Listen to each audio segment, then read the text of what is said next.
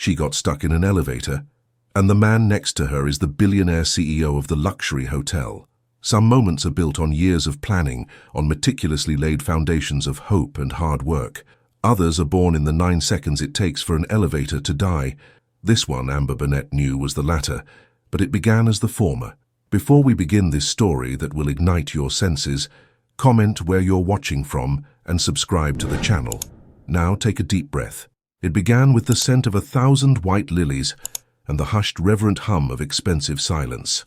The lobby of the Huffman Grand was less a hotel entrance and more a cathedral dedicated to wealth. Ceilings soared 3 stories high, vast panes of glass showcased a manicured, impossible green garden in the heart of the city, and the polished marble floor reflected a distorted, elongated version of amber, making her feel as if she were walking on water. On very, very expensive water. She clutched the leather portfolio to her chest, the cool material doing little to calm the frantic hummingbird trapped in her ribs. Inside that portfolio was her soul, rendered in watercolor sketches and architectural plans. It was Viridian Dreams, her landscape architecture studio, a business built on passion, grit, and a terrifyingly high line of credit. Today was the day she either saved it or watched it die. Her reflection in the mirrored elevator doors was a stranger. The sharp professional lines of the navy blue dress were borrowed. The confident tilt of her chin was practiced. The woman staring back at her looked like she belonged here, in this world of silent transactions and effortless power. It was a lie. Amber was a creature of soil and sunlight, of unruly climbing roses and the rugged, honest beauty of natural stone. She belonged in muddy boots, not these cripplingly elegant heels. Her power wasn't in a boardroom. It was in her ability to coax life from nothing, to build sanctuaries of green and stone in a world of concrete and steel. But sanctuaries didn't pay the bills, and the bills were piling up, forming a paper mountain that threatened to bury her dreams alive. So she practiced the smile in the reflection. Cool, collected, unflappable. The kind of woman who wasn't one missed invoice away from disaster. The kind of woman Tyler Huffman would hire. The name echoed in her mind with the weight of mythology. Tyler Huffman, the reclusive billionaire, the workaholic phantom who had built this empire from the ground up. He was a legend in the architectural and business worlds, known for his ruthless efficiency and a perfectionism that bordered on maniacal. He didn't conduct meetings, he held audiences. And Amber had, through some miracle of persistence and a well-connected former client, been granted one. The elevator doors slid open with a soft, expensive sigh, inviting her into a small, intimate space of brushed gold and dark, polished mahogany. She stepped inside, her heels clicking softly, the sound immediately swallowed by the thick plush carpet. She pressed the button for the 50th floor, the penthouse level, his private office, the summit of Olympus. The doors began to slide shut, a closing curtain on her old life, she hoped. And then a hand shot out, stopping them. It was a large hand, fingers long and elegant, with a heavy platinum watch at the wrist that probably cost more than her entire studio.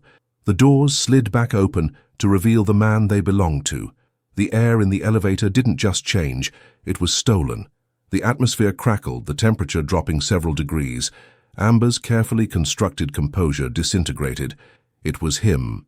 Tyler Huffman in the flesh was nothing like the grainy photographs that occasionally surfaced in business journals. Those pictures showed a man. This was a force. He was tall, impossibly so, his shoulders filling the doorway. His suit, a charcoal gray so dark it was almost black, was a masterpiece of tailoring, fitting him with a precision that seemed to defy the very nature of fabric.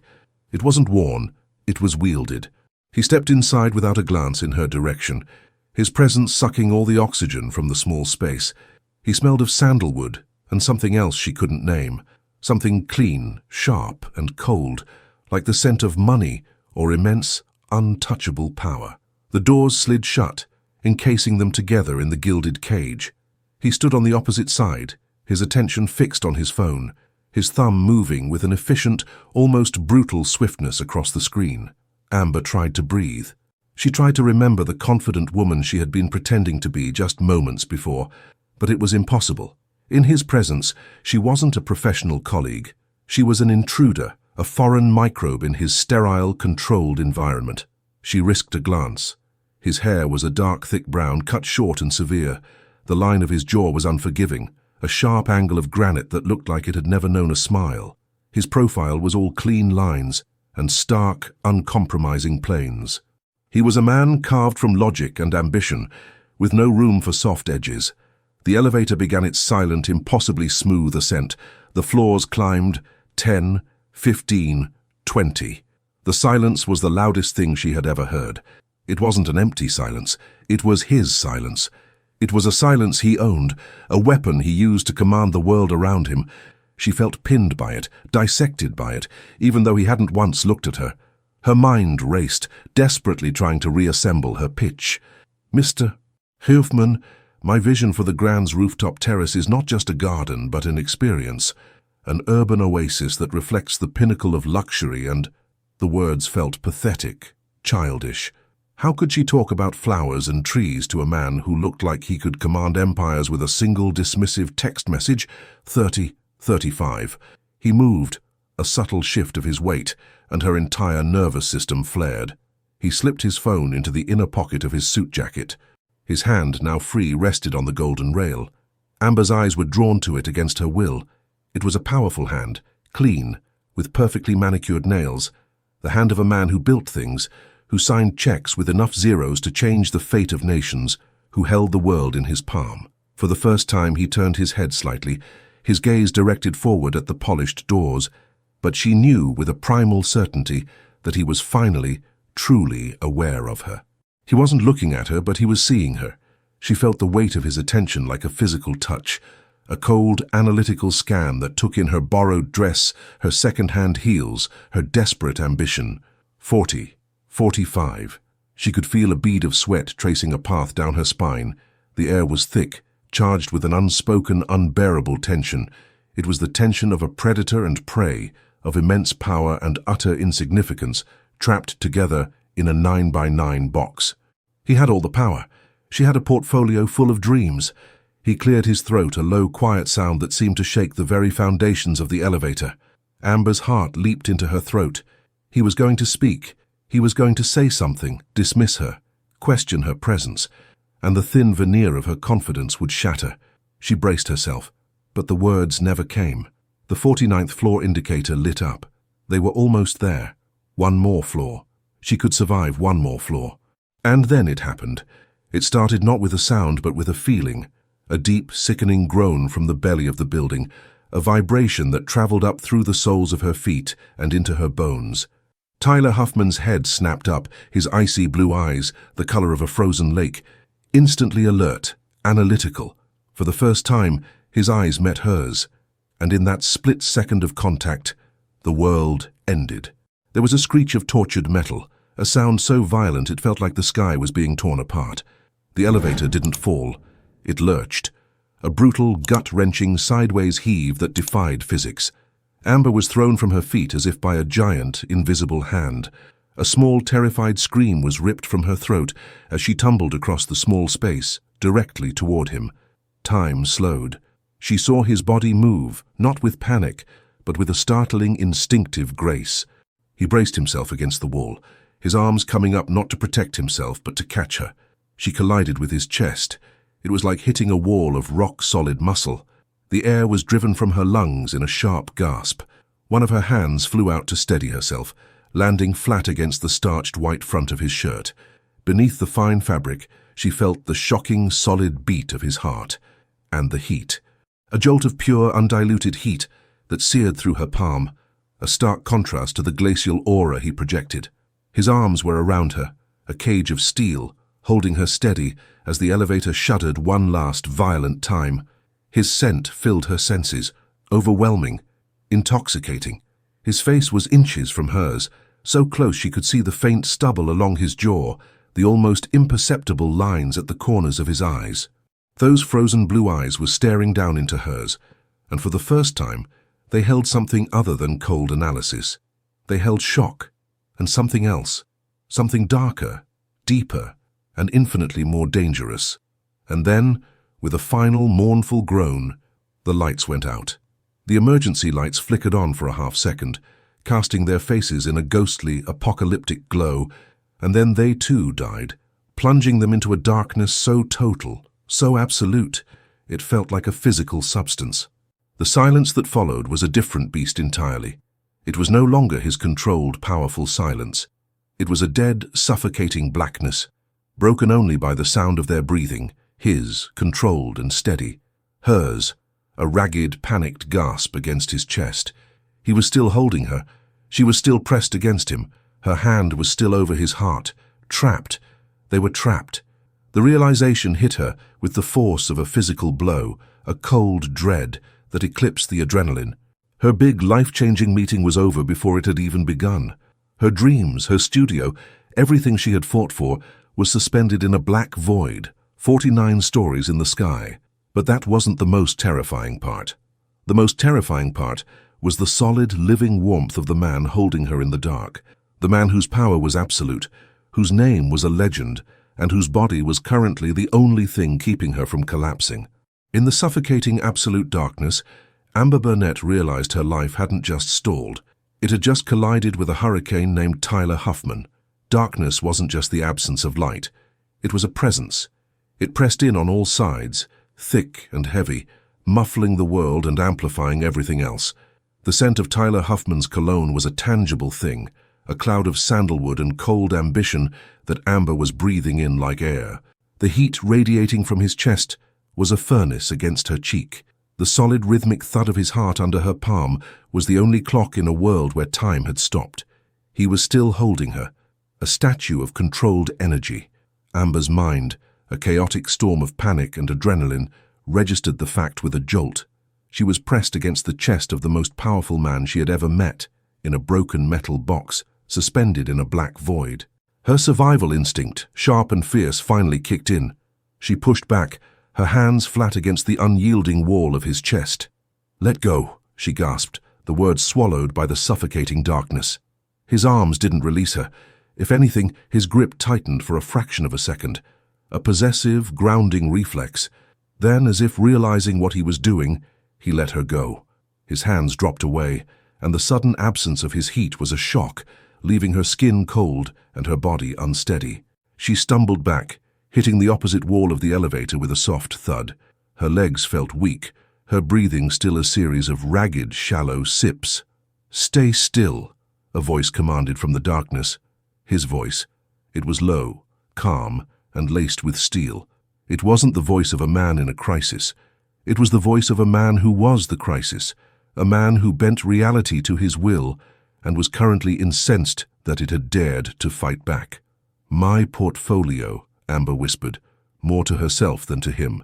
"Where is my—" "I dropped it." Her hands slid down the wall, fumbling in the blackness for the floor. The sketches, the plans, her entire future was scattered somewhere on the plush carpet. Panic, sharp and acidic, clawed at her throat again. "Forget the portfolio," he bit out. The sound of him moving was subtle, a faint rustle of expensive fabric.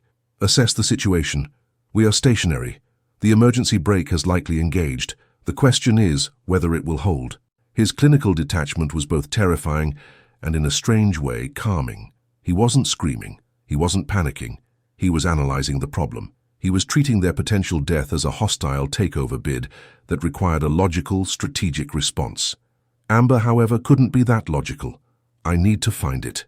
She dropped to her hands and knees, the borrowed dress riding up her thighs. Her palms swept across the carpet, searching for the smooth, cool leather. Her fingers brushed against something hard and unforgiving. A shoe, his shoe.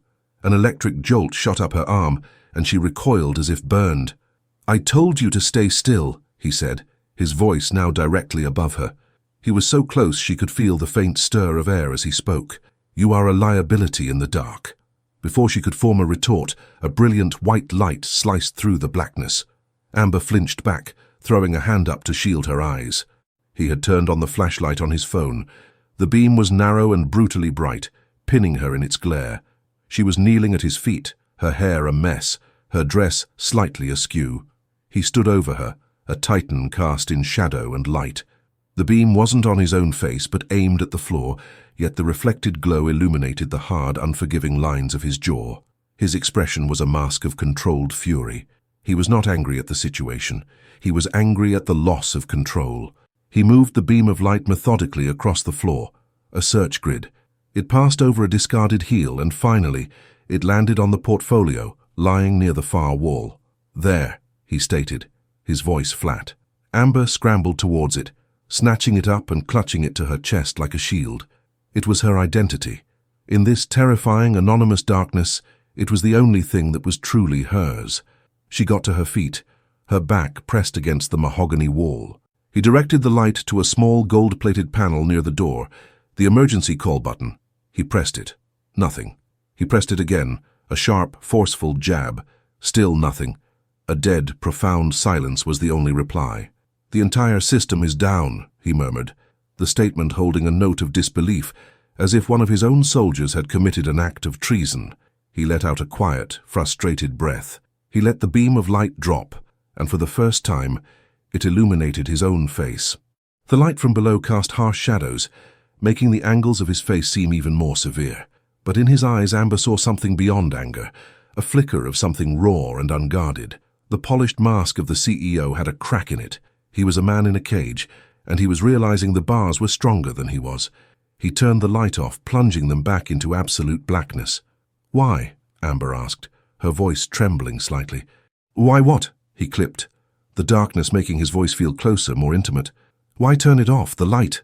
"It will drain the battery," he replied, his logic as sharp and cold as ever. "I have no idea how long we will be in here. My phone is my only tool. I will not waste it on a luxury like light." A luxury like light. The phrase chilled her. This was how he saw the world.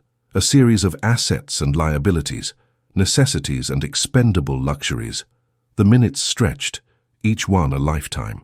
The initial adrenaline began to fade, replaced by a deep, gnawing sense of hopelessness. Amber slid down the wall, pulling her knees to her chest, her arms wrapped tightly around her portfolio.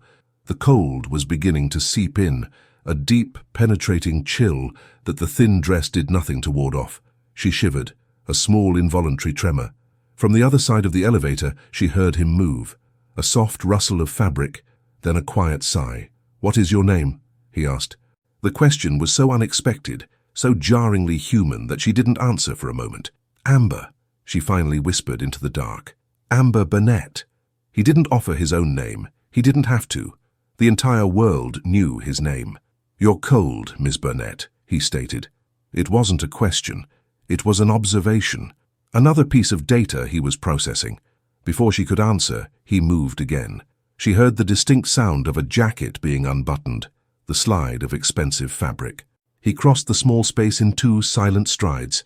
She felt his presence before she saw him, a looming tower of warmth and shadow.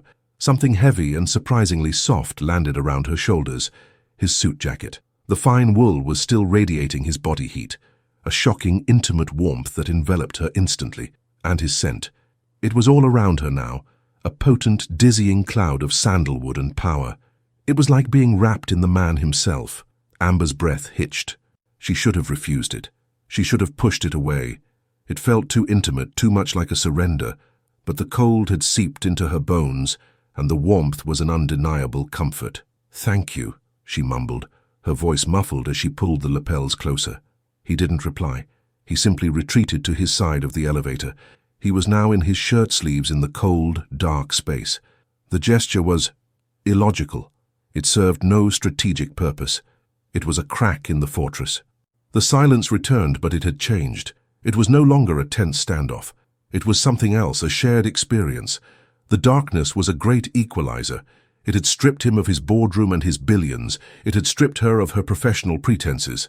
They were just 2 people, a man and a woman trapped in a suspended moment between the sky and the earth. Amber found herself listening to the sound of his breathing. It was a slow, deep, and steady rhythm in the dark.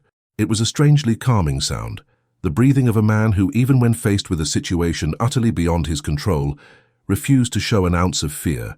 She focused on it, matching her own ragged breaths to his steady cadence, until her heart finally stopped hammering against her ribs. She thought about the moment the elevator had lurched, the look in his eyes when they had met hers, the instinctive way he had moved to catch her, to shield her. He had called her a liability, but his actions had been protective. Another contradiction. The man was a fortress of them. "What were you going to pitch to me, Ms. Burnett?" he asked, his voice cutting through the blackness again, softer this time. Amber blinked, thrown by the question. "What?" "In your portfolio," he clarified. "You were clutching it like it was the last lifeboat on the Titanic. It must be important." "What is it?" She hesitated.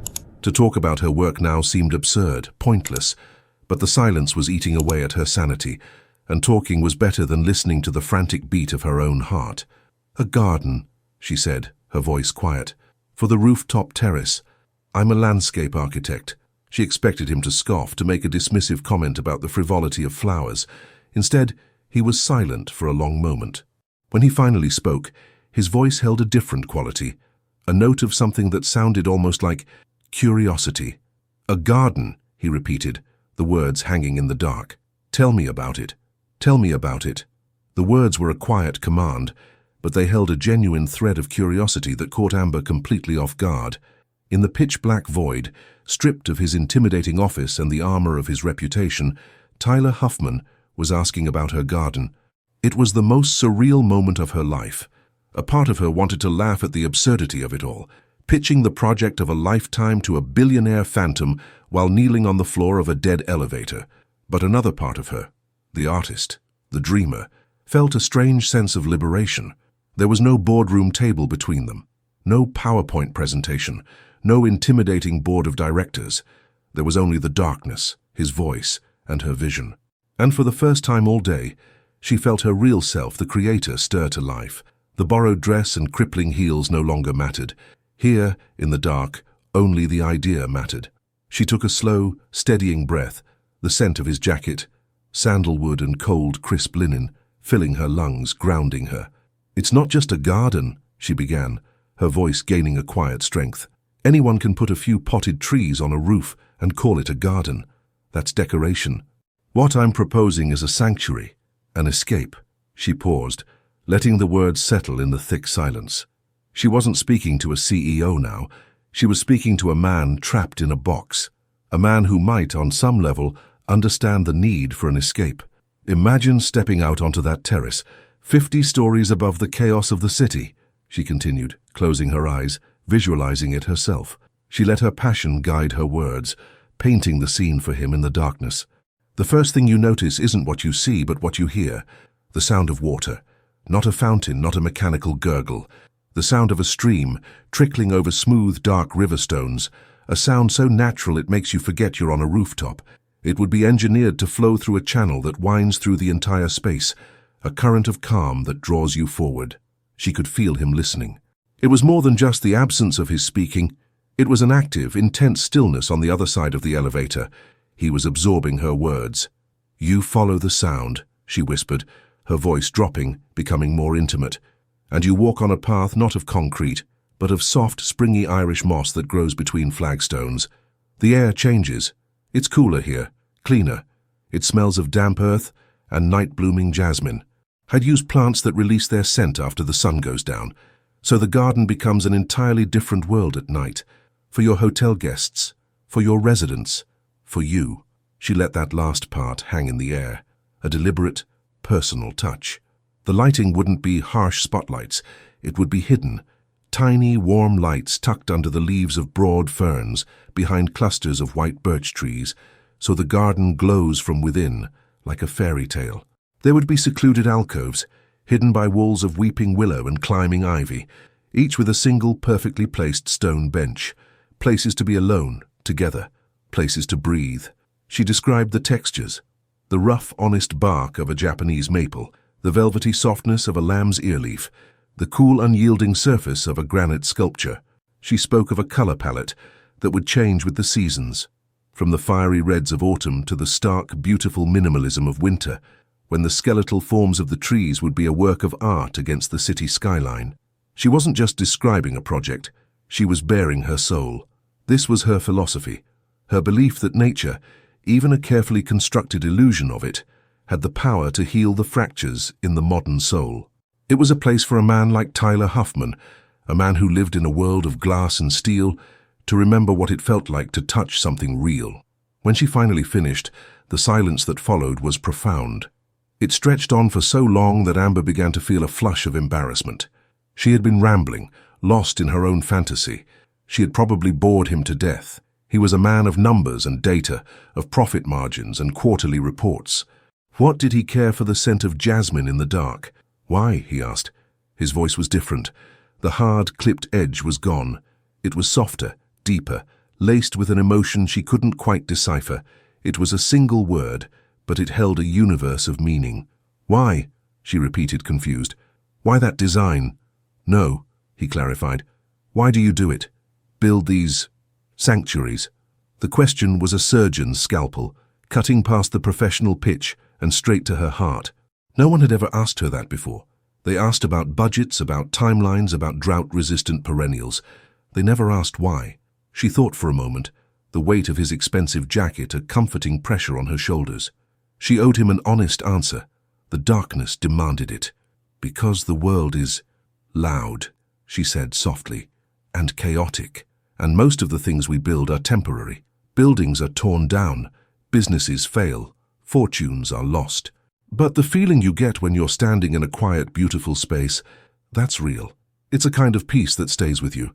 I guess I build gardens because I think everyone, no matter who they are, deserves a place to feel that peace, a place to connect with something that doesn't demand anything from them.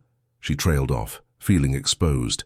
She had just revealed the most vulnerable, idealistic part of herself to a man known for his ruthless pragmatism. She waited for the dismissal, the cold, logical shutdown. Instead, he moved. She heard the faint slide of leather on carpet as he shifted his position. He wasn't on the other side of the elevator anymore. He had moved closer. Not a lot. Just enough that the small, confined space suddenly felt infinitely smaller. The neutral territory between them had vanished, erased in a single, silent movement. She could feel his heat again, a distinct aura of warmth in the cold, dead air. He was only a few feet away now. If she reached out her hand, she would touch him. Her heart began to hammer against her ribs again, but this time, it wasn't from fear of the fall. It was from fear of him, fear of this strange, magnetic pull he exerted, even in total darkness. He said nothing. He just existed there, closer, a silent, powerful presence that seemed to absorb all the energy in the space, leaving none for her. Amber held her breath, every nerve in her body on high alert. The professional pitch was over. The polite conversation was over. This was something else entirely. This was dangerous. The darkness was no longer a void. It was a stage, and the air between them was so thick with unspoken questions and simmering energy, she felt like she could taste it on her tongue, the metallic tang of fear, and underneath it, something else, something warm and sweet and utterly terrifying. The geography of the elevator had fundamentally changed. Before there had been territories, his side and hers. Now there was only a shared, charged space. Every breath he took seemed to stir the air around her. Amber remained perfectly still, her back pressed against the wall, the portfolio a flimsy shield against her chest. She was hyper-aware of him, of the subtle shift of his weight, the rustle of his shirt sleeves, the sheer, undeniable fact of his proximity. Her mind raced. Why had he moved? Was he assessing her? A variable in his equation that needed closer inspection? Or was it something else? Something involuntary? An unconscious drift toward the only other source of life and warmth in their cold, metal tomb. The thought sent a shiver through her that had nothing to do with the temperature. "Are you all right, Ms. Burnett?" he asked, his voice a low murmur that vibrated through the small space. It was a simple, logical question, a courtesy. But coming from him in this darkness, it felt like an intimate invasion. "I'm fine," she lied, her own voice a tight, reedy thing. She wasn't fine. She was a tangled mess of fear and a strange, thrilling awareness that was coiling low in her stomach. He was silent for a beat, as if analyzing the tremor in her voice, finding the lie in her words. Then he reached out. She didn't see it, of course. She felt it. A slow, deliberate movement in the darkness, and then the shocking touch of his fingers against her arm. Her entire body went rigid. A bolt of pure, unadulterated electricity shot from the point of contact, arcing up her arm and straight to her core. His touch wasn't cold as she had expected. It was warm, a firm, dry heat that seemed to burn through the sleeve of his own jacket and brand her skin beneath. His fingers rested there on her forearm, a point of anchor in the disorienting blackness. It wasn't a casual touch. It was questioning, exploring. She could feel the faint, rough texture of his fingertips, the controlled strength held in his hand. This was the hand that commanded empires, and it was touching her with a strange, hesitant gentleness. "You're still trembling," he stated, his voice a low rumble. "It's cold," she managed to say, her throat tight. "Is that all it is?" he countered, his voice dropping even lower, becoming a velvety, dangerous purr that stroked her nerve endings. The question hung between them, heavy and loaded. They both knew it wasn't just the cold. It was this, the darkness, the confinement, the terrifying intimacy of their situation, the undeniable primal awareness of a man and a woman stripped of all social context, left with nothing but instinct and a palpable, simmering current of attraction. Amber couldn't answer. Words failed her. All she could do was feel the heat of his touch, the frantic beat of her own heart, the way the air seemed to be getting thicker, harder to breathe. His thumb moved, a slow, deliberate stroke against the inside of her arm. It was a tiny, almost imperceptible movement, but it sent a fresh wave of fire through her veins. It was the most sensual, intimate gesture she had ever experienced. A silent confession made in the dark. He was supposed to be a machine of logic and control. But this touch, this was purely human, purely male. "What about you, Tyler?" she whispered, the use of his first name a shocking, reckless act. But the darkness and his touch emboldened her. "Are you all right?" She felt his fingers tighten on her arm for a second. He wasn't used to being asked that question. He wasn't used to people seeing past the fortress. He didn't answer immediately. He let out a long, slow breath, a sound of weary resignation. "I spend my life in spaces like this," he said, his voice raw, stripped of all its corporate polish. Glass boxes, corner offices, boardrooms, all of them 50 stories in the air, all of them silent. "I built a world of perfect, sterile, predictable order." He paused, and his next words were heavy with a self-awareness that stunned her. "There is no difference between my penthouse and this elevator, Ms. Burnett. Except here, I am not alone." The admission was a crack in the foundation of the myth. It was the most vulnerable, honest thing she could ever imagine him saying. He had everything a man could ever want, and yet he was confessing to a profound, crushing loneliness. He had built himself a gilded cage, and had only just realized he was a prisoner. Her fear for him, and for herself, melted away, replaced by a wave of unexpected, overwhelming empathy. This powerful, intimidating man was just as trapped as she was, and had been for much longer. Her own hand, the one not clutching the portfolio, moved of its own accord. She raised it through the darkness, her movements slow, hesitant. She found his arm, the one touching hers. She rested her fingers on his wrist, just above the cold, expensive metal of his watch. She felt the steady, powerful pulse beating beneath his skin. The moment she touched him, a tremor went through his entire body. A sharp, indrawn breath. He had been the one in control of the touch, and now she was touching him back. She had accepted the contact and returned it. The circuit was complete. He let go of her arm. For a heart-stopping second, she thought he was retreating, rebuilding his walls. But he wasn't retreating, he was repositioning. His hand came up, cupping her jaw. His thumb stroked the line of her cheekbone, a touch so tender, so full of a desperate, unspoken longing that it made her entire body ache. He was mapping her face in the dark, learning her with his fingertips. He leaned in. She knew it before she felt it. The air shifted, displaced by his movement. His scent intensified, filling her head. Her own breath hitched, trapped in her lungs. This was it, the culmination of the tension that had been building since he first stepped into the elevator. Her head tilted back instinctively, her lips parting in silent invitation. She could feel his breath now, a warm, soft puff of air against her skin. It smelled faintly of coffee and mint. He was so close. Inches, millimeters. Her entire universe narrowed to the space between their lips. The dead elevator, the portfolio, the city outside, it all ceased to exist. There was only the darkness, his touch, and the devastating, terrifying promise of his mouth. "Amber," he whispered, her name a rough, broken sound on his lips. And then he stopped, frozen in the dark, a breath away from a kiss that would change everything. He stopped. The word was a brutal, physical thing. A wall erected in the darkness, a breath away from collision. The single word of her name spoken in that rough, broken whisper hung in the air between them. A question, a warning, a surrender, all at once. Amber's entire being was coiled in anticipation, every nerve ending alive and screaming for a conclusion that was being cruelly denied. His hand was still cupping her jaw, his thumb a searing brand against her cheek. His breath, warm and smelling of coffee and control, ghosted across her lips. The kiss was there. It existed in the space between them, a tangible, electric thing. All he had to do was close the final, infinitesimal distance.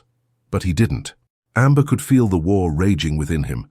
It was in the rigid tension of his body, in the way his fingers tightened almost imperceptibly on her skin, in the ragged, suppressed edge of his breathing. This was the battleground.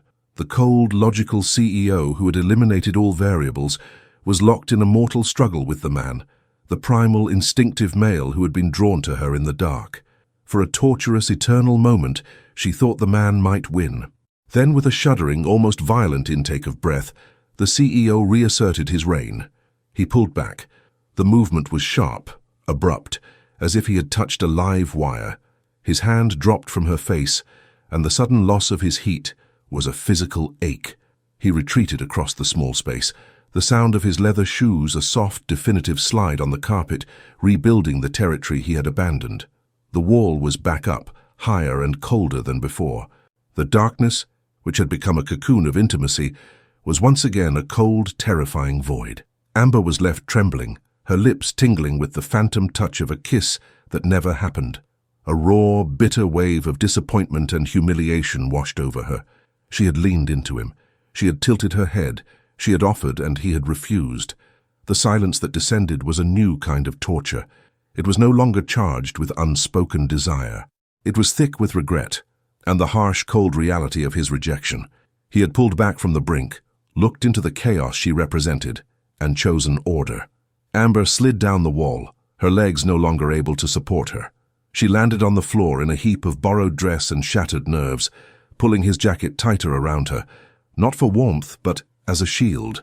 It was the only piece of him she had left, and it smelled of his control, of the very thing that had just pushed her away. She heard him move on his side of the elevator, a quiet rustle. Then the click of his phone. A beam of white light sliced through the darkness again, but this time he didn't aim it at her. He aimed it at the ceiling, where it diffused, providing a sterile, impersonal glow that filled the small space with a pale, ghostly light. The luxury of light, he had called it. He was bestowing it upon them now, a clear and deliberate attempt to erase the intimacy of the darkness, to put things back in their proper, clinical context. She didn't look at him. She couldn't. She kept her head down, her hair falling around her face like a curtain, and stared at the intricate pattern of the carpet. She could feel his eyes on her, his gaze a physical weight.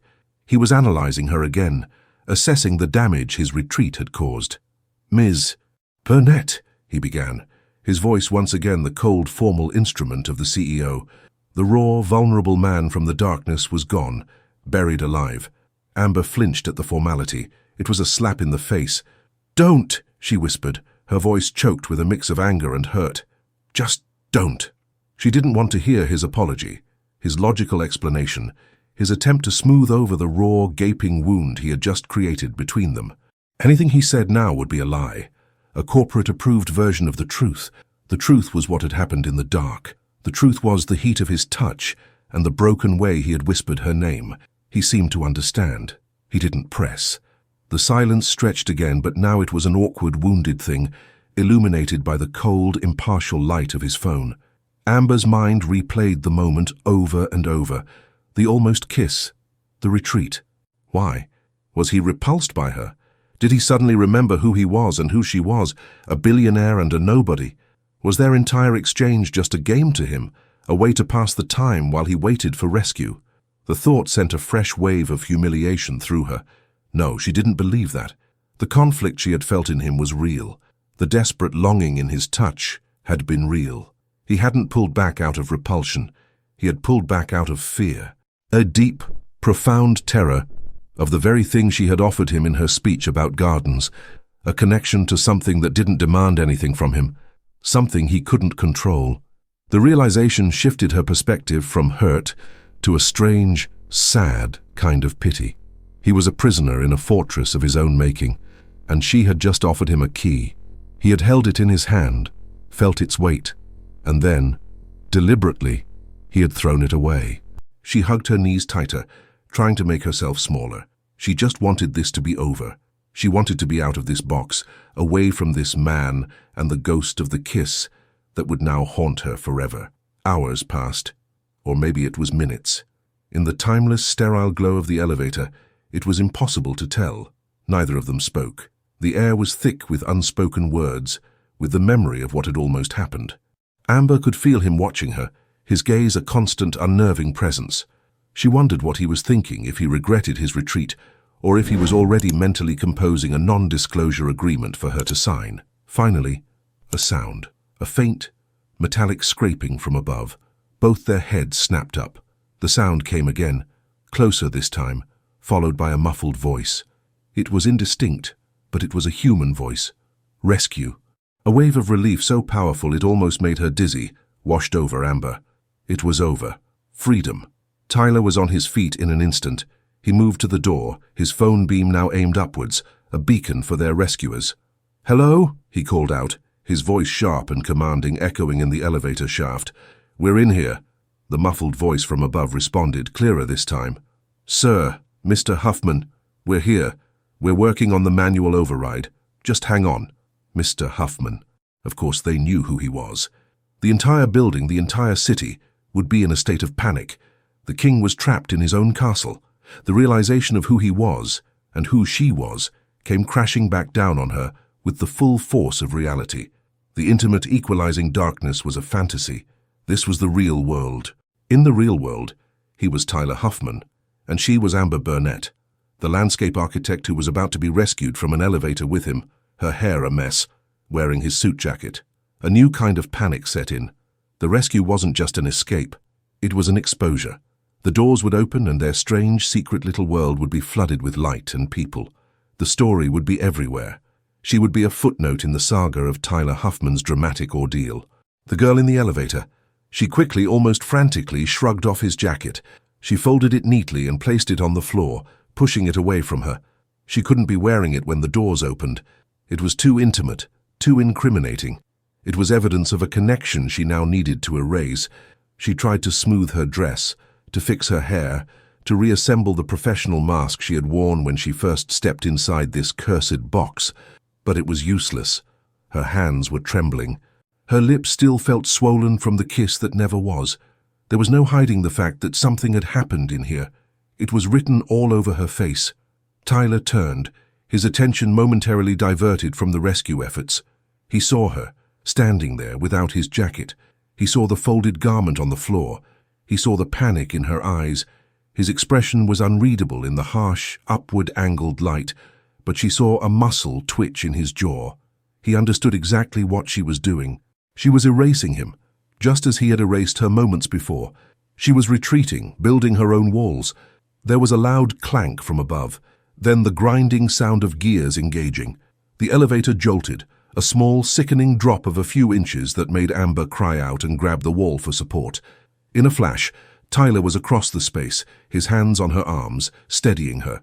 His touch was firm, impersonal, a purely functional gesture. But his eyes, when they met hers, were anything but. In their icy blue depths, she saw a flicker of the man from the darkness, a flash of regret of 1,000 unspoken words. "It's all right," he said, his voice low, meant for her ears only.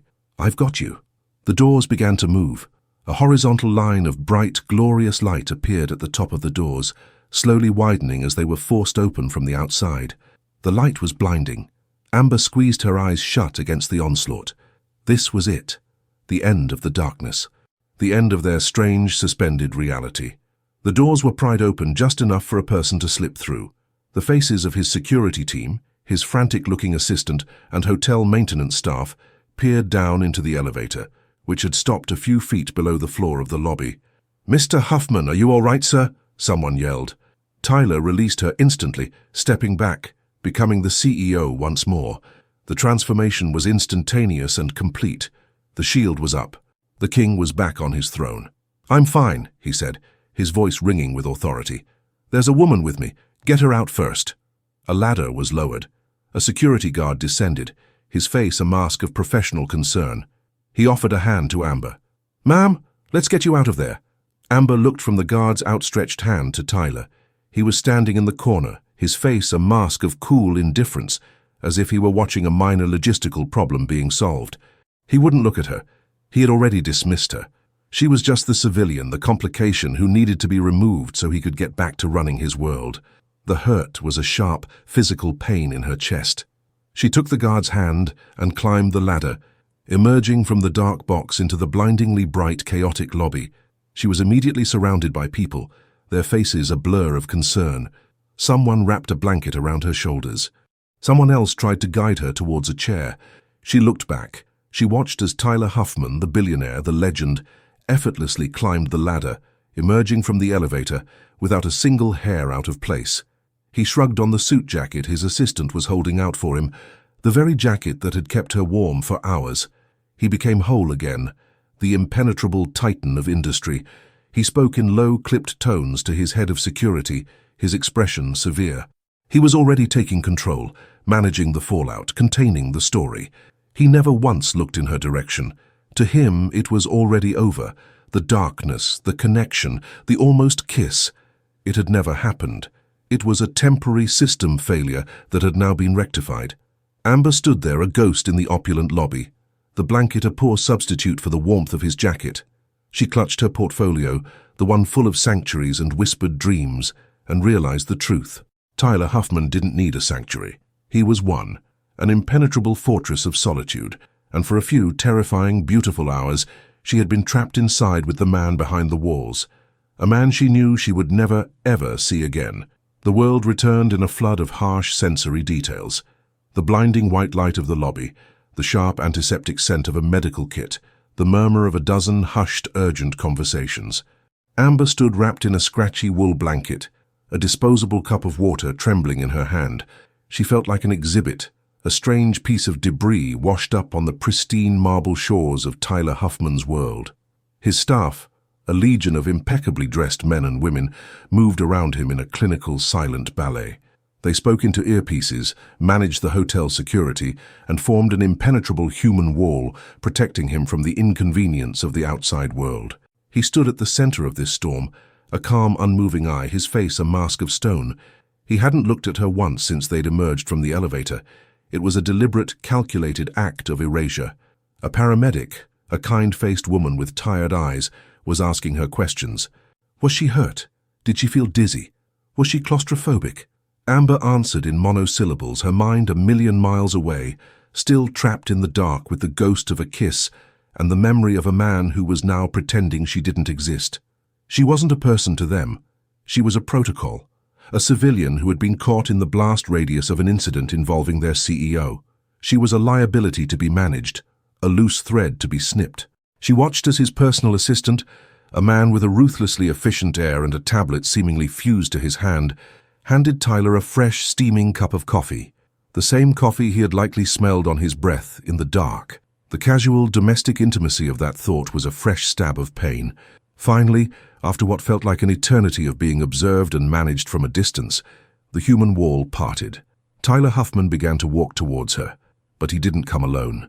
He was flanked by his assistant on one side and a severe-looking woman in a brutally sharp suit on the other, a lawyer.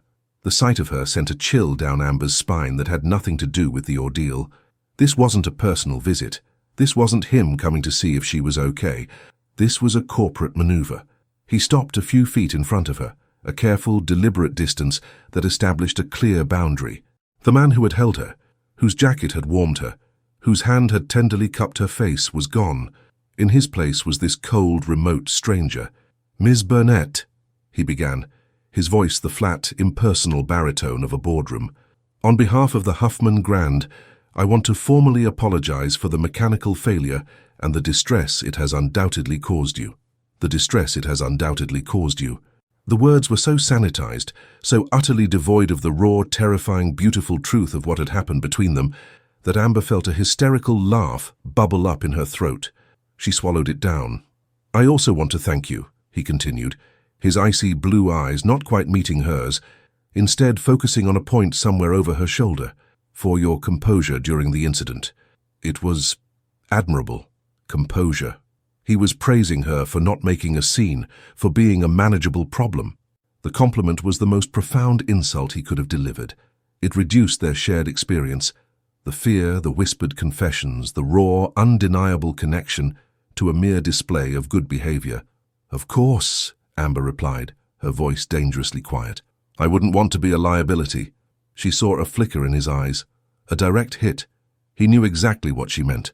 For a split second, the mask slipped, and she saw the man from the elevator, the man who was just as trapped as she had been. The woman in the suit stepped forward, her smile as thin and sharp as a paper cut. "Ms. Burnett, my name is Eleanor Vance. I'm with Mr. Huffman's legal counsel. We understand this was a trying experience, and we are, of course, prepared to offer you a comprehensive settlement for any damages, both physical and emotional." She gestured to the assistant, who stepped forward and presented a thick, cream-colored envelope to Amber. Amber stared at it, her mind refusing to process what was happening. A settlement. They were trying to pay her. "This is a standard non-disclosure agreement," Eleanor Vance explained, her voice smooth as silk and just as strong. "It simply ensures the privacy of all parties involved. Once signed, a check will be wired to your account immediately. I can assure you the amount is substantial. It will cover your inconvenience, your missed appointment, and a great deal more." Amber's gaze drifted from the envelope to Tyler's face. He remained silent, his expression unreadable, letting his lawyers do his dirty work. This was his answer. This was his retreat, made official and legally binding. He wasn't just pushing her away. He was trying to buy her silence, to purchase the memory of what had happened between them and lock it away in a vault. He was reducing the most real, human moment of his life to a financial transaction. The hurt inside her, which had been a dull, throbbing ache, suddenly crystallized into something hard, cold, and diamond-sharp. It was rage, a pure, cleansing fury that burned away all the fear and humiliation. She looked at the envelope. She could see the corner of the check peeking out. She saw the number of zeros. It was enough money to save her business 10 times over, enough to solve every single one of her problems. All she had to do was sign a piece of paper. All she had to do was agree that what happened in the dark was a lie, an inconvenience to be bought and sold. She looked up, and this time she met Tyler Huffman's eyes directly. She held his gaze, refusing to back down, and for the first time since they had been rescued, she saw him falter. He couldn't hold her stare. His eyes shifted away, a flicker of something that looked devastatingly like shame. Slowly, deliberately, Amber reached out. Not for the envelope. She reached for the scratchy blanket that was wrapped around her shoulders. She let it fall from her body, pooling on the marble floor at her feet. She stood before him not as a victim to be coddled, but as herself, Amber Burnett. In her borrowed dress and her bare feet, she had lost her heels in the fall. She had never felt more powerful. "No, thank you," she said, her voice clear and steady, ringing with a strength that surprised even herself. Eleanor Vance's smile tightened. "I don't think you understand, Ms. Burnett. The offer is extremely generous." "Oh, I understand perfectly," Amber replied, her eyes still locked on Tyler. "You think this is about money. You think you can write a check and make this all go away. You think you can put a price on my silence, on my experience." She took a step closer to him, invading the careful personal space he maintained. His jaw tightened. "I came here today to show you a design for a sanctuary," she said, her voice dropping to a low, intense whisper that was for his ears only. "A place of peace, a place to connect with something real. But you wouldn't understand that, would you? Because you don't value anything you can't buy, sell, or liquidate." She saw the impact of her words in the sudden, stark rigidity of his posture. She had found his weakness. She had found the crack in the fortress. "My peace isn't for sale, Mr. Huffman," she said, her voice full of a quiet, devastating finality. "And my silence. You couldn't afford it." Without another word, she turned her back on him, on his lawyer, on his assistant and his money and his entire sterile world. She walked away, her bare feet silent on the cold marble floor. She walked past the concerned paramedics and the whispering security guards. She didn't stop to find her shoes. She didn't stop to collect her thoughts. She walked straight towards the massive glass doors of the lobby, her head held high, her portfolio clutched tightly in her hand. She didn't look back, but she could feel his eyes on her, a burning, intense gaze that followed her every step of the way. She had walked into this hotel a nervous, hopeful designer, desperate for his approval. She was walking out a different woman. Tyler Huffman stood frozen, watching her go. He watched as she pushed through the revolving doors and disappeared into the grey anonymity of the city. The blanket lay in a heap at his feet. The envelope, with its life-changing check and its silencing agreement, was still held out by his assistant, an obscene offering that had been utterly and completely rejected. His entire team was silent, watching him, waiting for his command. He had won. The situation was handled. The civilian was removed. The story would be contained. His world was back in its perfect, predictable order. So why did he feel like he had just suffered the most catastrophic loss of his entire life? The city air hit Amber like a slap, cold and gritty, smelling of exhaust fumes and rain-soaked pavement. It was a harsh, unwelcome contrast to the filtered, lily-scented atmosphere of the Huffman Grand. She kept walking, her bare feet protesting against the cold, uneven sidewalk, but she didn't care. The physical discomfort was a welcome distraction from the raging inferno in her soul. She walked for blocks, a woman in a wrinkled navy dress and bare feet, clutching a leather portfolio, her dark hair a wild tangle around her shoulders. People stared. A taxi driver slowed down and yelled something crude. She ignored it all, her mind a chaotic whirlwind of fury and a deep aching sorrow. "My peace isn't for sale. You couldn't afford my silence." The words echoed in her head. She had said them. She had stood before the most powerful man in the city, a man who could crush her life with a single phone call, and she had thrown his money back in his face. It was the bravest, most reckless, and most honest thing she had ever done. The adrenaline from the confrontation had carried her out of the hotel and onto the street. Now, as the adrenaline began to fade, a bone-deep weariness set in, followed by the cold, terrifying reality of her situation. She had just publicly insulted Tyler Huffman. She hadn't just rejected his offer, she had rejected his entire worldview. Men like him didn't take rejection well. He had seen her as a problem to be managed, and she had just become unmanageable. What would he do now? Would his lawyers come after her? Would she be blacklisted, her already struggling business quietly and efficiently dismantled by his unseen influence? The fear was real, a cold knot in her stomach. But beneath it, something else was taking root, a fierce, defiant pride. She hadn't surrendered. She hadn't let him reduce their experience to a transaction. Whatever happened in that elevator, the fear, the vulnerability, the almost kiss, it was hers. It was real, and it was not for sale. That knowledge was a shield, a piece of armor she hadn't known she possessed. She finally hailed a cab, sinking into the worn vinyl of the back seat, suddenly aware of how exhausted she was, how much her feet hurt, how completely and utterly drained she felt. As the cab pulled away from the curb, she looked back at the Huffman Grand. It soared into the sky, a monument of glass and steel, impassive and untouchable. It was his fortress, and she had just declared war on its king.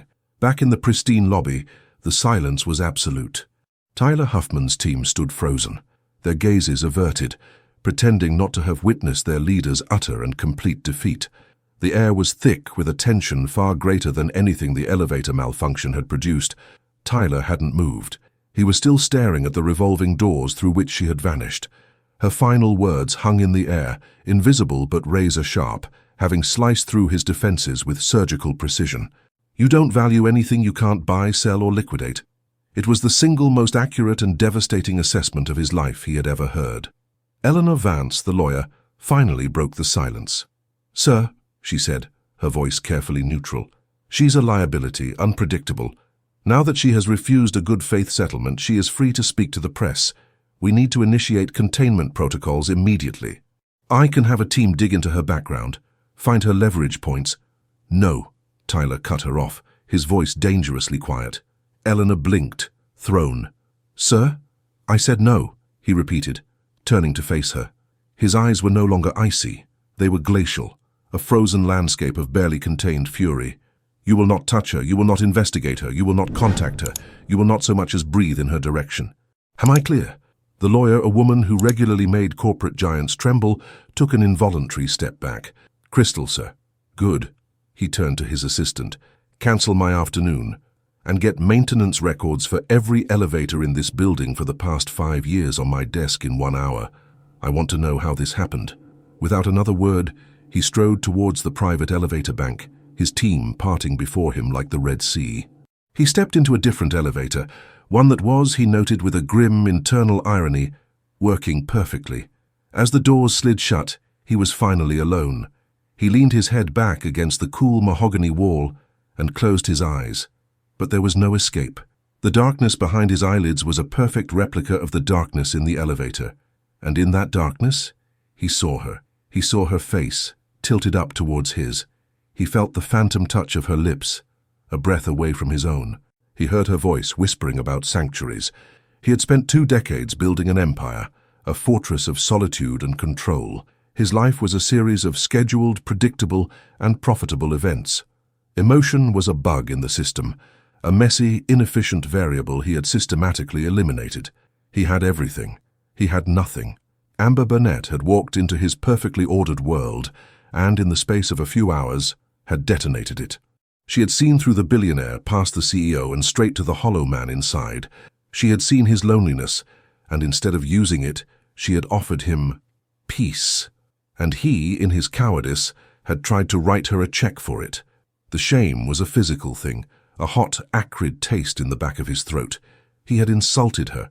He had taken something real and profound and tried to desecrate it with money. He had acted exactly like the man she had accused him of being. The elevator arrived at his penthouse with a soft chime. The doors opened onto his private apartment, a sprawling minimalist space of glass, chrome, and black leather. It was worth over $100 million. It was featured in architectural magazines. It was as beautiful, as sterile, and as empty as a tomb. He walked to the floor-to-ceiling windows that overlooked the city. He could see for miles. He owned half of what he could see. He felt nothing. His phone buzzed. It was his assistant. "Sir, the maintenance records are being compiled. Also, a preliminary background check on Ms. Burnett was initiated before your directive. Do you wish to see it?" Tyler's first instinct was to say no, to honor the command he had just given. But he couldn't. He needed to know. He needed to understand the woman who had just shattered his world. "Send it," he typed back. A moment later, a file appeared on his screen. Amber Burnett, founder of Viridian Dreams Landscape Architecture. A photo of her smiling, dirt smudged on her cheek, standing in a half-finished garden. A list of her projects, small, beautiful, passionate works for clients who clearly didn't have much money. A list of her debts, student loans, a business loan, maxed-out credit cards. The woman was drowning. She was 1 bad month away from losing everything she had built. The check he had offered her wasn't just a settlement. It was a lifeline, a miracle, and she had refused it. She had chosen her pride, her integrity over her survival. She had chosen to believe in something that couldn't be bought. Tyler stared at her picture, at the genuine, unforced joy in her smile. He thought of her face in the dark, full of fear and empathy. He thought of her walking out of his lobby, her back straight, her bare feet on the cold, hard floor. He had held a rare, beautiful, and untamed thing in his hands, and in his terror, he had tried to put it in a cage. He closed the file. He walked to his ridiculously expensive, fully stocked bar and poured himself a glass of whiskey. He drank it in one go, the burn in his throat a welcome, grounding sensation. He had a choice to make. He could do as he had always done. He could bury this. He could forget her, forget the elevator, and return to his life of perfect, sterile, predictable order. He could pretend that the crack in his fortress wasn't there. Or he could do something he hadn't done in 20 years. He could do something illogical, something unpredictable, something that had no clear return on investment. He could feel. He walked back to the window, the empty glass in his hand. He looked down at the city, at the endless river of cars, at the millions of lives moving in their own orbits. She was down there somewhere, a small, defiant flame in a world of concrete and steel. The king was in his castle.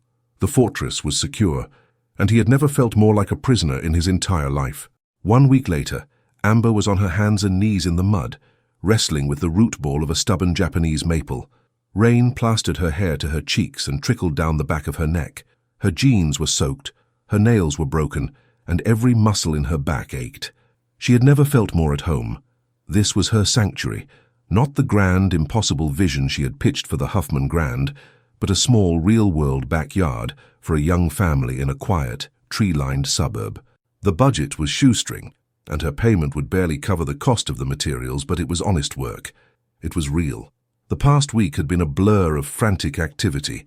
Amber had thrown herself into her work with a ferocity that bordered on obsession, seeking refuge in the familiar grounding ritual of creating something beautiful.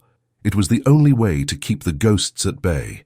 The ghost of a dead elevator, the ghost of a man with glacial eyes, the ghost of a kiss that had burned brighter for never having happened. She had expected something, a letter from his lawyers, a sudden inexplicable audit of her business accounts, a quiet word whispered in the right ears that would ensure no developer in the city would ever hire her again. She had braced herself for the fallout, for the inevitable retribution of a billionaire scorned. But there had been nothing, just a deafening, unnerving silence. It was as if she had imagined the entire thing, as if she had dreamt of Tyler Huffman and his suffocating, intoxicating presence. The only proof it had ever happened was a new, crippling aversion to elevators and a deep, phantom ache in her chest that surfaced in the quiet moments of the night. Tough one, huh? Amber looked up. Mark, the homeowner, was standing on his back patio holding 2 steaming mugs. He was a kind, affable man with a warm smile. "Figured you could use some coffee," he said. "You're a lifesaver," Amber replied, gratefully accepting the mug. The hot ceramic warmed her frozen fingers. She pushed a stray, muddy strand of hair from her face, leaving a streak of dirt on her cheek. "You know," Mark said, leaning against the railing, "my wife and I were looking at your portfolio online last night. You've done some incredible work. That rooftop garden for the art gallery downtown? Stunning." He took a sip of his coffee. "You should be working on bigger projects, Amber, much bigger." Amber's smile was tight. "Tell that to the developers." "I'm serious," he insisted. "Someone with your vision. You should be pitching the big dogs, the Huffman Grands of the world." The name was a physical blow. Amber's hand tightened on her mug, her knuckles turning white. She forced a laugh, a brittle, unconvincing sound. "Yeah, well, I hear the man in charge is a real piece of work." Mark chuckled. "A legend for sure. They say he's a machine. Never sleeps, never takes a vacation. I saw on the news last week he got stuck in an elevator in his own hotel. Can you imagine?" Amber's blood ran cold. "The news?" "Oh yeah, it was a minor story, but it was there. Some mechanical failure.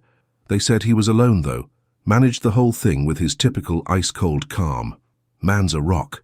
He was alone. The lie was so blatant, so efficient, it took her breath away. He had erased her. Not just from his life, but from the official record of the event. To the world, Tyler Huffman had endured his ordeal in stoic solitude. Amber Burnett had never been there. The liability had been contained, not with a check, but with a simple, clean omission. She felt a strange, hollow feeling in the pit of her stomach. She should have been relieved. Her name wasn't being dragged through the mud. She wasn't a public spectacle, but it didn't feel like relief. It felt like nullification. It felt as though he had reached back in time and stolen the reality of their experience, leaving her with a memory that had no corroboration, a ghost story only she could tell. "Yeah," she finally managed to say, her voice distant. "A rock." She finished her coffee, thanked Mark, and went back to the stubborn maple tree. She poured all her frustration, all her hurt, all her unspent rage into the work. She dug, she pulled, she wrestled with the earth until the root ball finally gave way. She settled the tree into its new home, her hands moving with a practiced, loving care. She was building a sanctuary, a place of peace. But her own peace felt 1,000,000 miles away. 50 stories above the city, Tyler Huffman stood before a wall of monitors. Each screen displayed a different live security feed from the Huffman Grand: the lobby, the kitchens, the service corridors, the elevator banks. He had been watching them for a week. He told himself it was about security. He had, in fact, personally overseen a complete overhaul of the hotel's elevator maintenance protocols, firing the third-party company responsible and bringing the entire operation in-house at a staggering expense. He told himself he was ensuring such a failure could never happen again.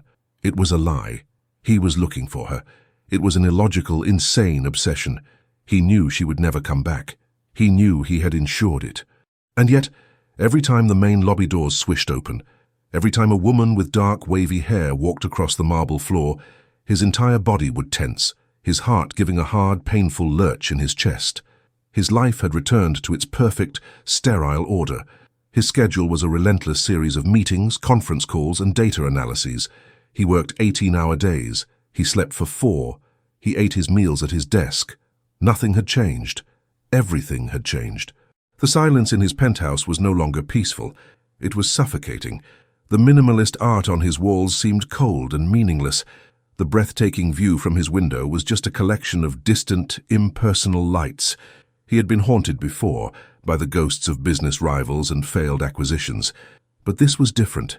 He was being haunted by the ghost of a feeling of connection, of warmth, of a terrifying, beautiful chaos that he had held in his hands and then deliberately, brutally cast aside.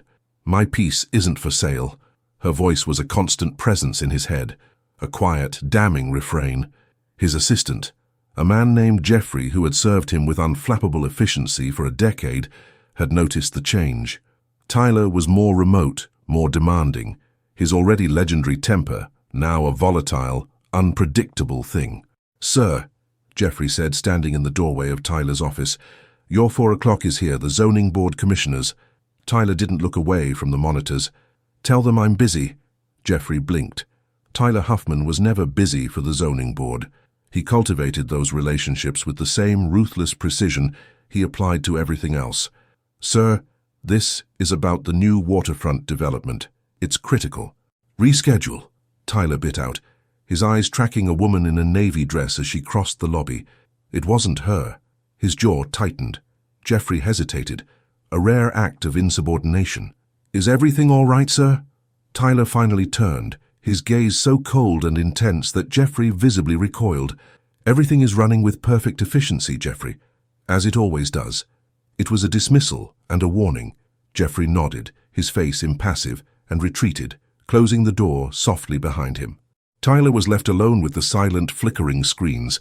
He was the king in his control room, the master of a universe of his own design. He could see everything, control everything. He had successfully erased Amber Burnett from the narrative. He had protected his privacy, his reputation, his fortress. He picked up the file his team had compiled on her. He had read it 100 times. He knew the address of her small, failing studio. He knew the names of her clients. He knew the exact crushing amount of her debt. He could save her with a single anonymous wire transfer. He could create a shell foundation, award her a grant, and she would never have to know it came from him. It would be a clean, efficient solution, a way to assuage the guilt that was a physical, gnawing thing in his gut. But he knew she wouldn't want it. It would be another transaction, another attempt to buy what wasn't for sale. Her pride, her integrity, that was the very essence of the woman who had captivated him. To save her business would be to destroy the very thing he admired most about her. He closed the file, the conflict a bitter war within him. For the first time in his life, he was faced with a problem that had no logical, profitable, or efficient solution. He was a man who could move markets, bend politicians to his will, and reshape the city skyline. But he couldn't fix this. He couldn't undo his own cowardice. He turned back to the monitors, his gaze settling on the feed for Elevator C, the 1. It was running smoothly now, a silent, gilded cage, carrying anonymous, oblivious people up and down, up and down. To everyone else, it was just an elevator. To him, it was a tomb. It was a 9x9 box full of ghosts, and he was beginning to suspect that he would be trapped in there, with her, in the dark, for the rest of his life. A month was a long time. It was long enough for a memory to soften, for the sharp edges of a trauma to dull into a scar. It was long enough for the righteous, burning fury to cool into a familiar, heavy stone of resentment in Amber's gut. But it wasn't long enough to forget. Her life had become a tightrope walk over a canyon of debt.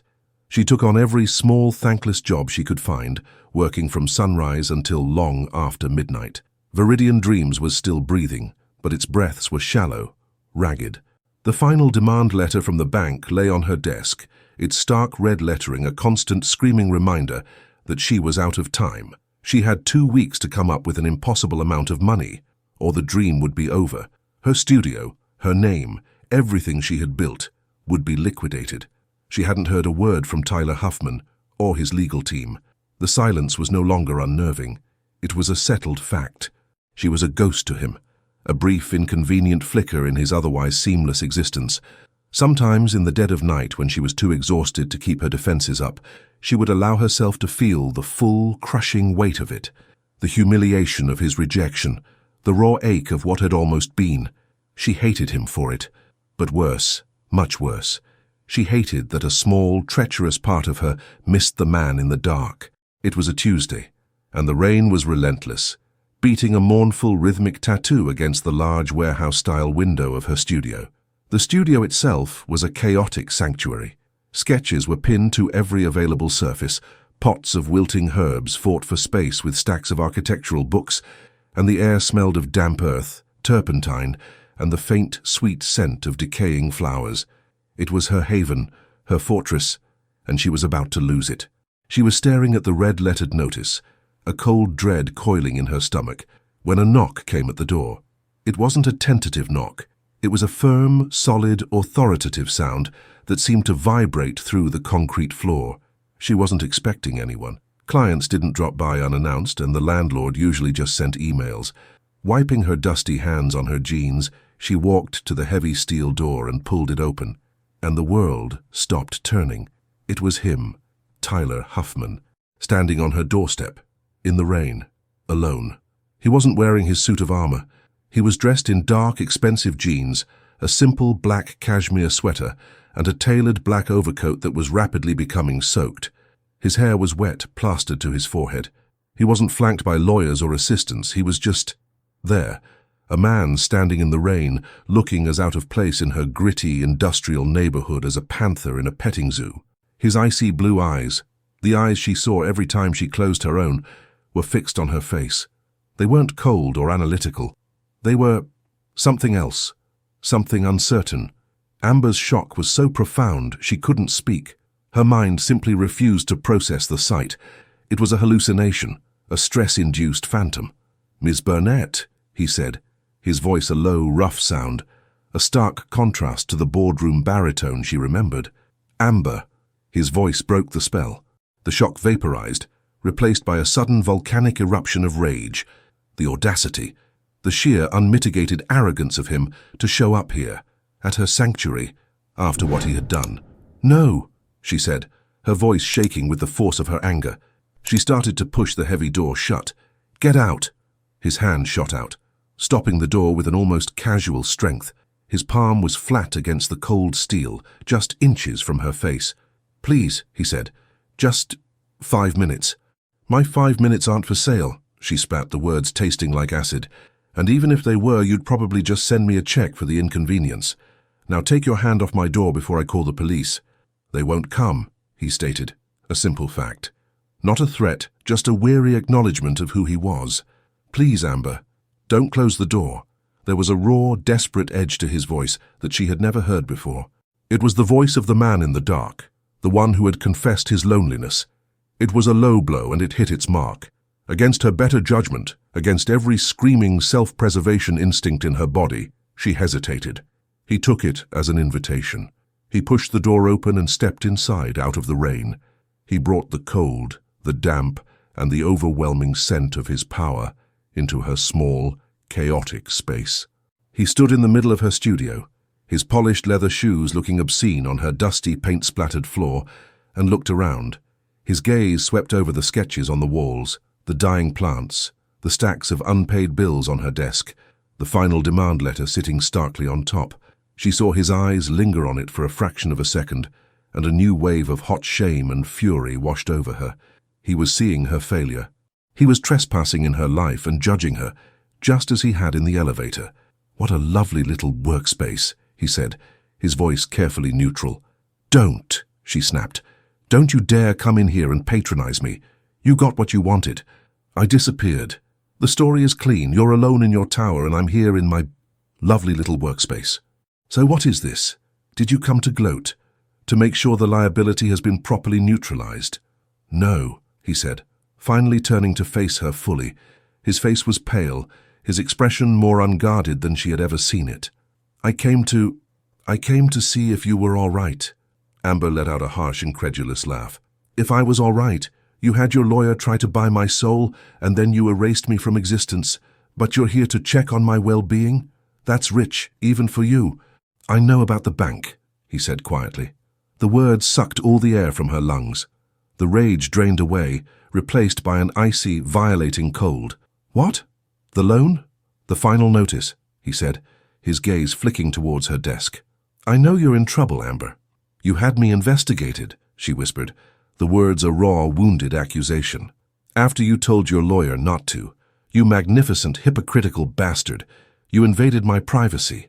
I needed to understand, he said, taking a step towards her. Understand what? She shot back, taking a step back. That I'm not some little project you can manage, that my life isn't a file on your desk. I'm offering you the project, he said, the words coming out in a rush. The rooftop terrace, no pitch, no board approval, it's yours. Name your price. It will be more than enough to solve all of this. He gestured vaguely at the room, at her life. It was the ultimate insult. After everything, after her speech, her defiance, he still thought the answer was money. He still thought he could buy her. That was it. The final thread of her control snapped.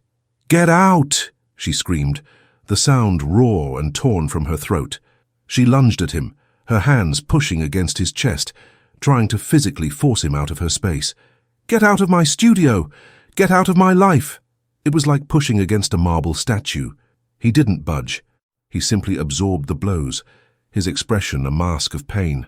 I'm not trying to buy you, Amber, he said, his voice a low, ragged groan. The hell you aren't, she yelled, pushing him again, tears of rage and frustration blurring her vision. It's the only thing you know how to do. He grabbed her wrists, his grip like steel, stilling her frantic assault. Then teach me, he bit out, his face inches from hers, his control finally, gloriously breaking. Teach me something else. Because this not knowing, this not seeing you, this silence, it's a hell of a lot worse than a broken elevator. His confession, so raw and unplanned, shattered her anger, leaving only the shocking, undeniable truth of their connection. They stood there, chest to chest, his hands locked on her wrists, their ragged breaths mingling in the charged air. The scent of him, rain and sandalwood, and pure, undiluted male, filled her senses. His eyes, no longer glacial, were a stormy, turbulent sea of conflict, and a raw, desperate desire that mirrored her own. His gaze dropped to her lips. I can't, she whispered, the fight draining out of her. It wasn't a denial. It was a confession of her own weakness. She couldn't fight him. She couldn't fight this. Neither can I, he growled. And then his mouth was on hers. It was not a kiss. It was an explosion. A desperate, brutal collision of a month of pent-up longing, frustration, and unspoken need. It was all the arguments they hadn't had, all the words they hadn't said, communicated in the raw, primal language of touch. His lips were hard, demanding, punishing her for her defiance and worshipping her for it at the same time. He wasn't asking, he was taking, and Amber, with a sob that was part surrender and part triumph, took right back. She twisted her hands free from his grip and tangled them in his wet hair, pulling him closer, deepening the kiss. Her lips parted, and his tongue swept in, a hot, wet invasion that tasted of rain and regret and a desperate, soul-deep hunger. It wasn't a kiss of tenderness. It was a kiss of possession. He was staking a claim, branding her as his after a month of pretending she meant nothing. He backed her up against a large drafting table, the hard edge digging into her lower back. He didn't seem to notice. His hands left her wrists and slid down her body, one gripping her hip, the other sliding around to the small of her back, pressing her impossibly closer until there was no space, no air, no separation between them. They were just heat and desperation, and the frantic, hammering beat of two hearts that had been searching for each other in the dark. The kiss went on and on, a savage, beautiful battle that neither of them wanted to win. It was the only thing that was real. It was the truth. Finally, gasping for air, they broke apart. They stared at each other, their chests heaving, their lips swollen and red. The anger was gone. The hurt was gone. All that was left was the raw, undeniable, and terrifying reality of what they had just done. The line had been crossed. The fortress had been breached, and neither of them had any idea what to do next. The sound of their ragged breathing filled the studio. a stark, intimate rhythm against the steady drumming of the rain outside. The kiss had shattered the world, leaving them standing in the wreckage, breathless and exposed. The raw, primal hunger had been sated for a moment, replaced by a terrifying clarity. Amber looked at Tyler, really looked at him. The mask of the CEO was gone, replaced by a raw, naked vulnerability that mirrored her own. The desire was still there, swirling in the stormy depths of his eyes, but now it was tempered with a profound uncertainty. He looked lost. The man who had a plan for everything had no plan for this. It was Amber who broke the silence, her voice a hoarse whisper. "This doesn't fix anything, Tyler." He flinched as if she had struck him. "I know," he admitted, his voice rough. He didn't let her go. His hand still rested on her hips, a silent, possessive claim. "But it's a start." "A start to what?" she challenged, her heart aching. "Another battle. You'll go back to your tower, I'll stay here until the bank takes it, and we'll both pretend this never happened, just like the elevator?" "No," he said, the word sharp, final. "That will never happen again. I will not make that mistake again." He took a deep, shuddering breath, a man standing on the edge of a cliff, about to jump. "The project is yours, Amber, and I know what you're thinking, but it's not a payment. It's not a settlement, it's an apology. It's the only language I know how to speak, and I'm asking you to translate it for me." He finally let go of her, taking a half step back, giving her space. The loss of his touch was a physical pang.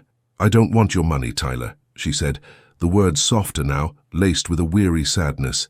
"I don't want your project. I don't even know what I want." "Let me show you," he pleaded, and the word plead coming from him was the most shocking thing she had heard yet. "Don't give me your answer about the project now. Just give me a chance. One evening. To prove that I am not the man you think I am." Amber stared at him, her mind a war zone of conflicting emotions. Every rational part of her screamed at her to say no, to throw him out and lock the door on the chaos and heartbreak he represented. But the part of her that had come alive in the darkness with him, the part that had felt the lonely, desperate pulse beneath his skin, was tempted. The truth was, she wanted to believe him. God, how she wanted to believe that the man from the dark was the real one. "One evening," she finally conceded, the words feeling like a monumental surrender. His relief was so profound, so palpable, it seemed to physically alter the atmosphere in the room. A flicker of a smile, the first genuine, unguarded smile she had ever seen from him, touched his lips. It transformed his entire face, erasing years of cold, hard control and revealing a glimpse of the man he might have been. "My car is downstairs," he said. "Tonight." It wasn't a question, it was a hopeful statement. And Amber, against all reason, simply nodded. He didn't take her to a fancy, Michelin-starred restaurant. He didn't take her to an exclusive gala or a private club. He took her home. The elevator ride up to his penthouse was a silent, tension-filled ordeal. But this time, it was different. He stood beside her, not on the opposite side, his arm occasionally brushing against hers, a small, electric point of contact. When the doors opened to his apartment, Amber was prepared for the cold, sterile perfection she had imagined. And it was that, a vast minimalist space of glass and steel, with a view that seemed to swallow the entire city. But something was different. In the center of the massive living room, which had clearly been rearranged, sat a single, enormous and wildly out-of-place Japanese maple tree. It wasn't a potted plant. Its massive root ball was wrapped in burlap, sitting directly on his priceless, polished concrete floor. Dirt and stray leaves formed a messy, organic circle around it.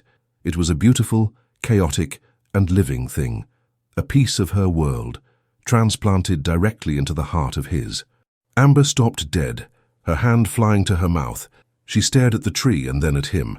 Tyler stood a few feet away, his hands shoved into the pockets of his jeans, looking more nervous and uncertain than she could ever have imagined him. "I know it's not a sanctuary," he said, his voice quiet. "And I know it's not a garden. I had it delivered this afternoon. It made an incredible mess." He gestured vaguely at the dirt on the floor. "My cleaning staff had a collective meltdown.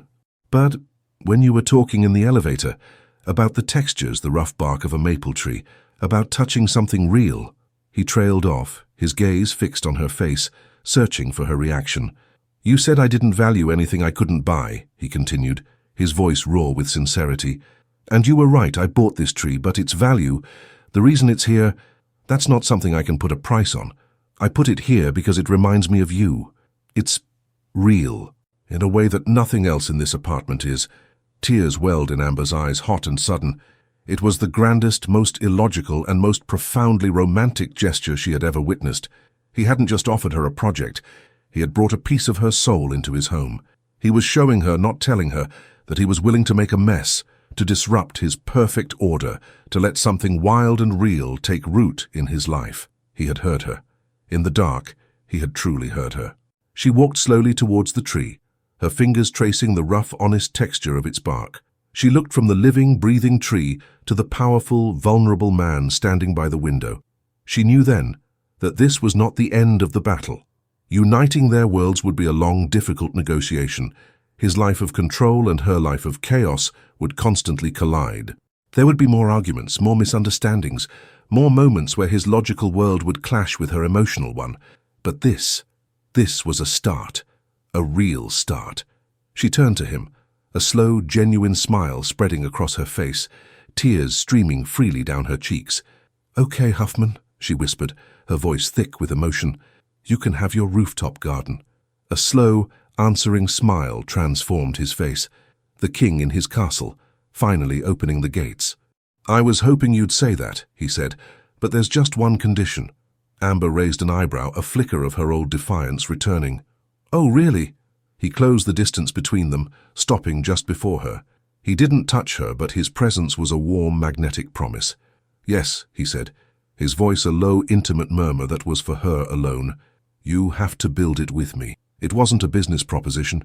It was a life proposition. An invitation to entangle their roots, to see what could grow in the space between his world of glass and steel, and hers of sunlight and soil. The story of what came next.